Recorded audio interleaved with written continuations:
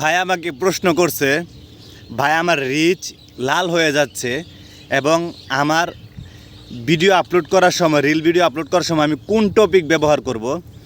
আসলে এই প্রশ্নের উত্তরটা আমি এভাবে দিচ্ছি যে আপনার রিচ লাল হয়ে যাচ্ছে এটা কোনো বিষয় না। অনেক বড় বড় content creator million million views, তাদের রিচও লাল হয়ে যাচ্ছে, এটা কোনো বিষয় না।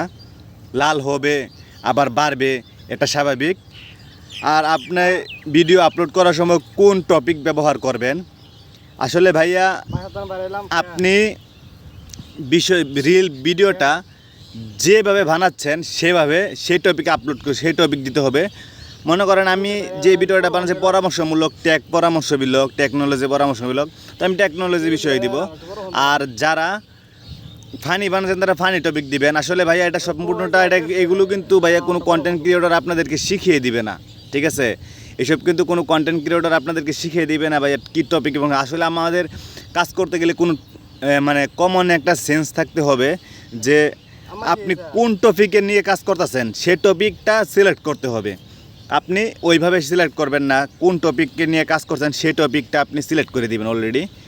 আসলে আপনি বুঝতে হবে যে আমি কোন টপিকের উপর কোন বিষয়ে, টপিক মানে বিষয়ে, কোন বিষয়ের উপর আমি ভিডিওটা তৈরি করতেছি সেই বিষয়ে কাজ করতে, সেই বিষয়ে পোস্ট করতে হবে, সেই বিষয়ে টপিক লাগিয়ে পোস্ট করতে হবে, সেই বিষয়ে হ্যাশট্যাগ ব্যবহার করতে হবে, ঠিক আছে?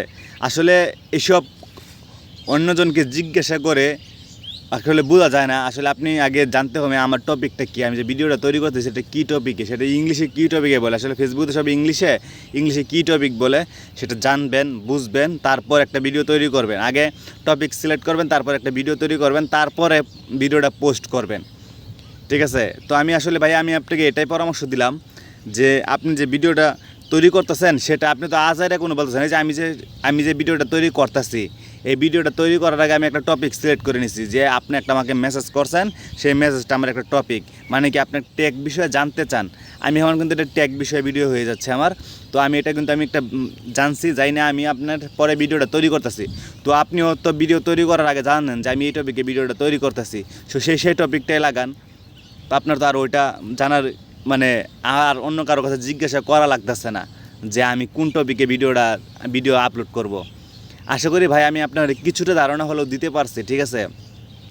আসলে সজল ভাইয়ের কথাবার্তা একটু অন্যরকম হয়ে থাকে, তারপরে আমি বলবো সজল ভাই একটু মানে অন্যরকমভাবে বললেও সঠিকটা বলে, সঠিকটা পরামর্শ দেয়। আসলে যারা আমার ভিডিও দেখেন সবসময় তারাই জানেন, ঠিক আছে? তো ভাইয়াকে আমি বলবো প্লিজ ভাইয়া তুমি যে টপিকটাকে সিলেক্ট করে ভিডিওটা বানাইছো, তুমি তো জানো আমি কোন টপিকে বানাইছি, তো ওই টপিকটাই সিলেক্ট করে তুমি ভিডিও আপলোড করো, ঠিক আছে? ধন্যবাদ, তোমার জন্য শুভকামনা রইল। স্যালুট ভাইয়া, ধন্যবাদ।